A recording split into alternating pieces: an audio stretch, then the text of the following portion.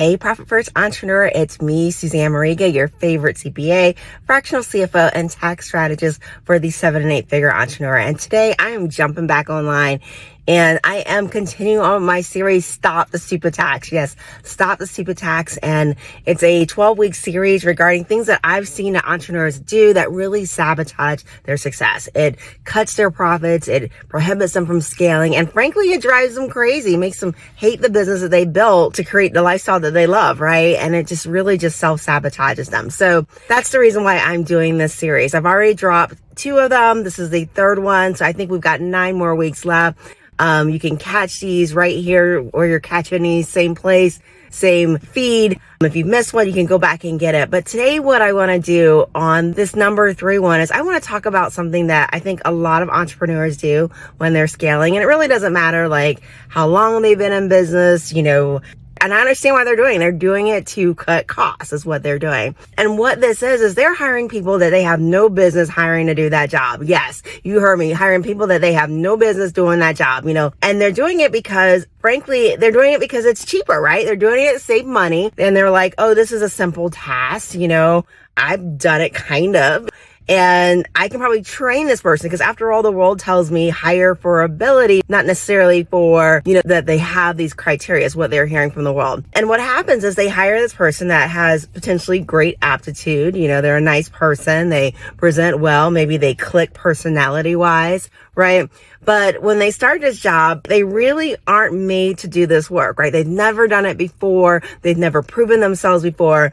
And they're constantly churning their wheels. They're constantly struggling, right? And frankly, it takes quite a bit of time to ramp this person up to get them to the point that they need to be in order to truly be effective. And what happens is, the person is frustrated, right? Because they come to work every single day and they feel like they're failing, right? They feel like their boss is never appreciative. They also feel like their boss at the end of the day is causing them to fail, right? They didn't give them the tools, right? They're not giving them the training. And at the end of the day, they feel like they're failing because of you, right? Because you hired them and now they're failing at this job because they're not getting the equipment or the tools that they need. And the reality was they probably weren't the person to be hired in the first place. And the reality is at the end of the day, they're absolutely right. They're absolutely right. It was your fault for bringing them in. It was your fault for trying to save money, right? Which, by the way, everybody should be trying to save money, but there's places that you want to save money, right? And frankly, they're failing. And by the time they get halfway decent at their job, once they start to get some traction, they get good, probably around that 2-year mark, they're going to leave you, right? They're going to leave you because they don't feel appreciated. You don't understand what they went through. And now they've got somewhat of a good skill set and they're going someplace else, right? They're going to your competitor, going someplace else. And today, what I want to talk about in terms of Stop the Stupid Tax is stop hiring people that aren't qualified to do the work. Hire for the need that you have. Hire for where you are going with this position, right? Hire for that. A place where I see this a lot, being a profit first strategist, a fractional CFO, a tax accountant, where I see this a lot tends to be in that bookkeeper position, right? So for example, you hire someone, you're like, hey, it's just doing bookkeeping. It's QuickBooks, right? And QuickBooks all about firing your accountant. So they hire this person that maybe did a little bit of dabbling in it, right? But they didn't go to school for it. And what happens is they make a mess. Yes, you can make a QuickBooks mess. Yes, they make a mess. They've got negative cash balances, negative receivables. And at the end of the day, you as the entrepreneur, you got numbers and you're like, what the heck is this? What the heck is this? Like, I should not be like, I didn't make $1 million, that year, or I didn't make $1 trillion. And why is my cash negative? My bank wouldn't allow this to happen.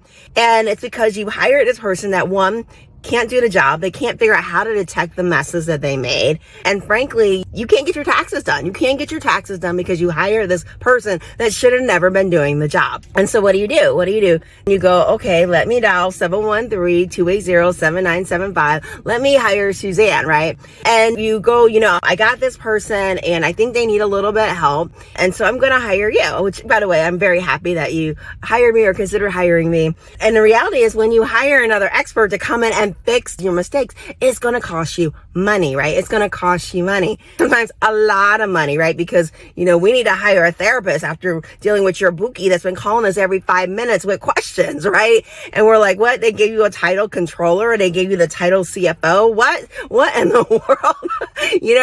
We need to get therapy after watching all this. And the reality is they could have stopped this from happening by hiring a person that was really meant to do the job in the first place. So the question is, how do you know that this person is meant to do the job? First of all, certain positions, right? If you don't have the skill set personally to teach this person how to be the best that they can be, if you don't have the skill set personally to do that, you probably shouldn't be hiring and thinking that you can train that person. That person needs to be coming in with that skill set, or you need to have somebody on your team that has that skill set to teach them that, okay? Because they're going to get frustrated because they're right. You did not give them the tools to succeed, all right? So if you're not an expert in something, don't think you can bring somebody that's not an expert in something and they're going to perform better than you. Let's just set that expectation right, correct there.